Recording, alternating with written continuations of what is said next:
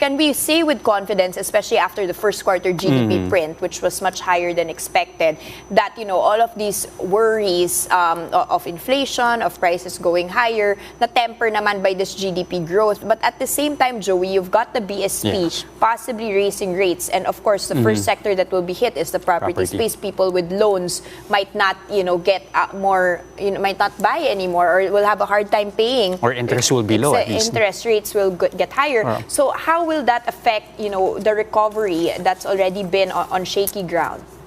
Well, as you said, the GDP surprised with an 8.3% growth in the first quarter of 2022, and that's a turnaround from negative 2.8% in the first quarter of 2021. So there are concerns.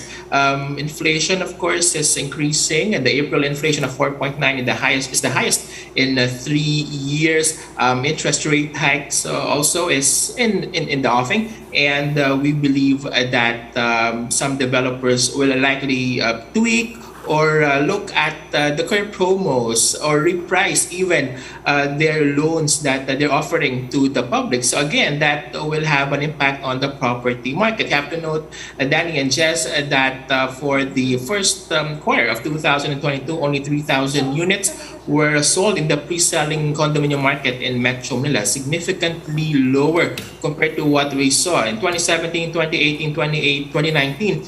At the height of the POGO demand in Metro Manila. So that will again be crucial, and let's see if the pre-selling figures will recover for the remainder of 2022. Again, because of the wait-and-see stance of some developers, only 2,000 condominium units were launched in the first quarter of 2022, significantly lower compared to what we saw during the peak period 2018 up to 2020. Okay, Joey, given that, let's touch on some specific markets here of the property sector. Let's start with the office space here. I mean, you have completion of new supply that's up. Also, take-up is also up for the first quarter. The first, in fact, according to a report, the first in after 7 quarters of negative absorption here. How optimistic are you that this is the start of a new trend here? And how worried are you of a possible headwind here, given, of course, the local transmission of a new Omicron subvariant? You're correct, Jess. We're optimistic that the positive net take-up that we recorded first quarter of 2022, which again is the first positive net take-up that we recorded after 7 consecutive quarters of negative net absorption in Metro Manila. We hope that this will be sustained over the remainder of 2022. We see a lot of BPO companies still occupying office space, logistics firms, back office operations, even financial technology companies occupying space outside of Metro Manila. So we're likely to see this being sustained moving forward. Again, even with the work from home arrangements, BPOs continue to look for office space. So hopefully we end the year on a positive note and end 2022 with a positive net take-up for office space. Okay, Joey, what about residential? You mentioned first quarter was, on the downside. What happened there? I mean, we don't really understand. Give us a bit more clarity on that. Is that a one-off in the first quarter? Is this something specific? Or? And what are they possibly banking on for a turnaround here for the market? Yes.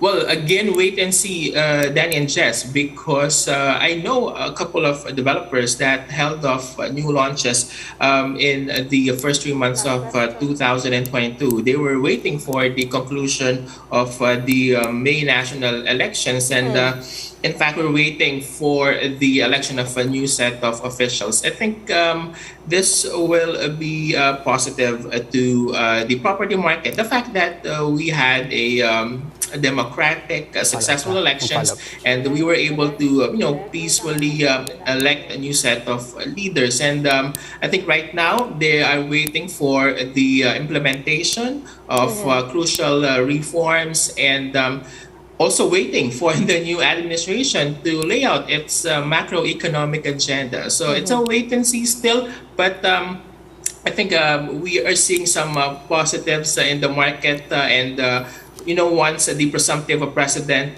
appoints key cabinet officials and lays out his macroeconomic agenda, we believe that there will be more launches in the market. But quickly, Joey lang are the property prices the same na as pre-COVID for residential? Like, has it gone up? The tenancy, the rental rates, the per square, because there was a dip during the pandemic. Unfortunately, not yet, Danny. Because you have to note that at the height of the pandemic, 2020, 2021, prices and rents dropped by a combined 15 to 20%. And the recovery that we're seeing would only hover between 1 to 2% annually from 2022 to 2024. So still a long way to go, yes, before we recover pre-pandemic prices.